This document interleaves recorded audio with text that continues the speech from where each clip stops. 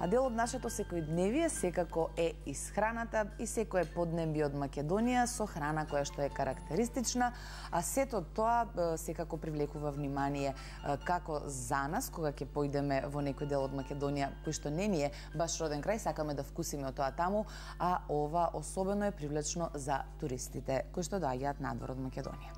Во продолжение зборуваме за едно издание кое што во себе содржи 250 традиционални рецепти, насловено Традиционална исхрана во Овчеполскиот регион, а како автор на истото се потпишува Александар Алексов, кој што е менаџер по туризам и угостителство. Александр, добро утро и добро дојде.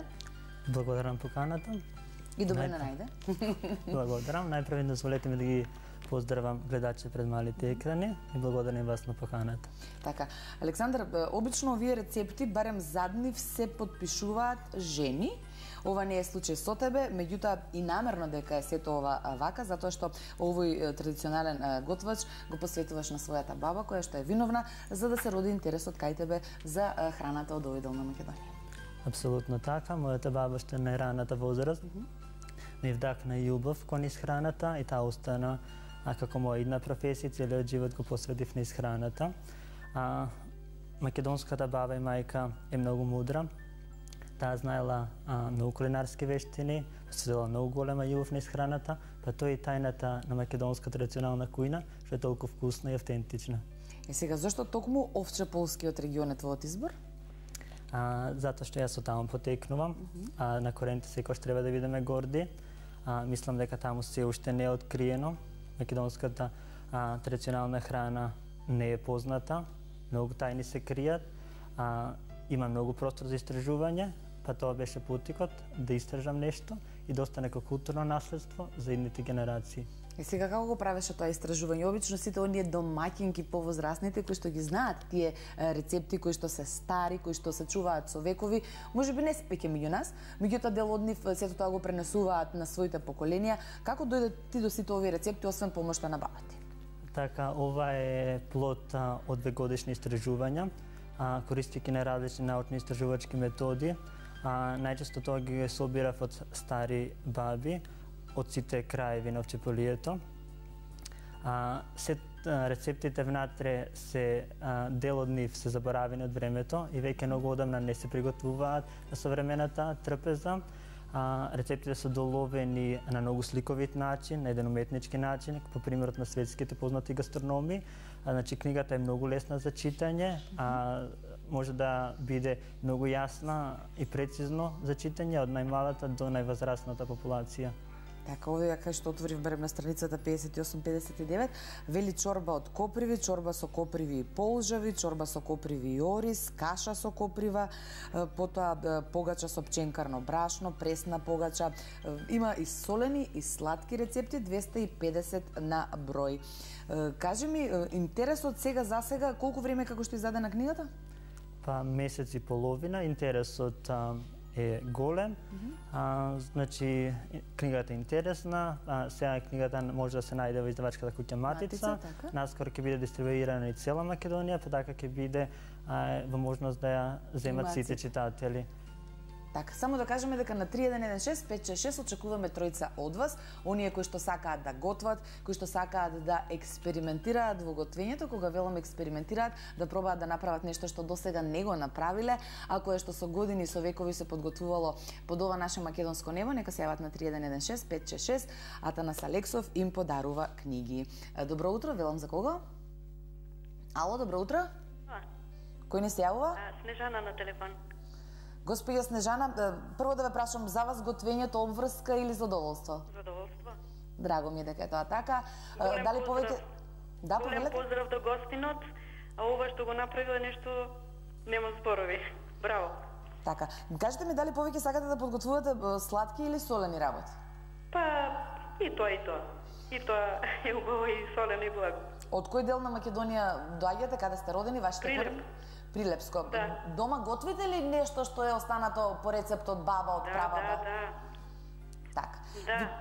Мене ми е драго дека оваа книга, овој традиционална исхрана и 250 рецепти од Овчеполскиот регион одат кај една вистинска домаќинка која што ужива, како што рече, во готвењето. Книгата си ја подигнувате од пријавницата на Сител телевизија. Многу благодарам, поздрав горе. Поздрав до вас и само презимето оставете него. Ајде веднаш додеме и со вториот гледач. Добро утро. Добро утро. Кој ни се јавува? Ангелковска Цветанка. Господја Цветанка, ајде и за вас истото прашање, готвењето задоволство или обврска? Задоволство. Имате ли проблеми некој? Слабо јаде, а сакам да се трудам да јаде готвена храна. Имате ли проблеми некогаш кога размислувате, ја лично за мене, секогаш кога ќе станам на сабајле, што ќе готвам денеска? Еден јаде ова, друг не јаде. Како се усогласувате вие со желбите и потребите на вашите дом? Јас ги прашувам што сакате утре за ручек и најубаво ми е кој ќе ми откажат, сакаме тоа и не се мисла многу. Не кажали тоа готвам. Вие ќе направите, па кој не му се јаде, како викаат србите, нек полюби па нек остави. Добро, господја Цветанка, и вие сте исто така добитник на овој традиционален готвач и одиме со вклучување, односно третиот гледач нека се јави, нека го остави своето име и презиме, своите податоци во режијата. Александар, моето следно прашање, велиш дека е културно наследство сето ова што си го направил, бидејќи освен овие 250 традиционални рецепти, дел од нив познати, дел непознати, зборуваш и мал историски дел и на садовите во кои што оваа храна се подготвува. Така, како што напоменав на почетокот, ова е едно научно дело, каде што освен рецептите многу длабоко навлегува во историјата на исхраната, кој е многу значаен дел од историјата на македонскиот народ, навлегов и ја проучував гостопримството од минатото, традиционалните садови се проучени како тие биле белек на исхраната, зашто во нив храната е многу повкусна, навлегов и колку е поврзана храната со религијата, за тоа во една синтеза со овие рецепти, за да се долови корените и потикот на рецептите на македонската кујна. Ајде кажи ни, некои од тие садови имаат ли свое специфично име или нешто што е карактеристично како термин, поврзан со гастрономијата и со храната, а што потекнува од Овчеполскиот регион? Садовите во цела Македонија се скоро слични, значи мора да се долови онака тоа да биде разбирливо за читателот. Ако одреден сад има автентичен назив, на долниот дел од книгата има објаснување како изгледа тој сад, зашто се користи, каква била неговата примена. Садовите најчесто се изработувале од дрво, глина и алуминиум или менсинг. Така, еве баш овде сум на страницата која што вели традиционални садови користени во исхраната.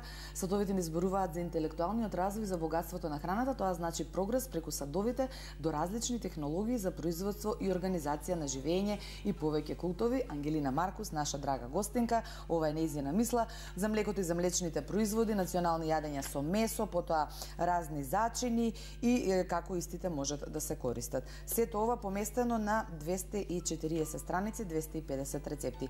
Дел од ова си пробал ли ти сам да направиш со оглед на тоа што си менаџер по туризам и угостителство, готвењето ти е нешто што сакаш да го практикуваш или не? Да, значи јас сум голем љубител на готвењето, сите овие рецепти прво се приготвени, потоа се пренесени на оваа книга. Секој регион во Македонија си има свои специфичности во исхраната. Автентично тоа за Овчеполието е млекото и млечните производи, кои се природен бренд заради уникатните солени овчеполски почви. Млекото е со природна соленост, со такава квалитет е многу барано на европскиот пазар. Многу рецепти се приготвуваат на многу автентичен начин, например овчеполското биено сирење, кое е печено на сонце, во кое не содржи јодирана сол. Потоа овчеполското вино е надалеку познато по својот квалитет, се вели дека жилавката била овде најубава и најквалитетна. Овчеполскиот мед кој што државата успеа да го брендира и го заштити како бренд, исто така карактеристика на Овчеполието. Овчеполието представува втора житница во Македонија, па многу рецепти од житните култури си нашле свое место во исхраната низ вековите. Овчеполското јагне исто така беше специјалитет на југословенската кујна. Во книгата може да се сретнат и многу рецепти од јагнешко месо, кои се многу уникатни и многу вкусни. Така, Александар, ти благодарам за гостувањето. Посакувам овие традиционални рецепти да бидат дел од кујната на секоја домаќинка, а она што е најважно и таа и оние за кои што ја приготвува храната да сакаат репете од она што е сготвено, напишано од твоја страна. Ти посакувам успех во што и да работиш. Ви благодарам уште еднаш на поканата. Поздрав до гледачите.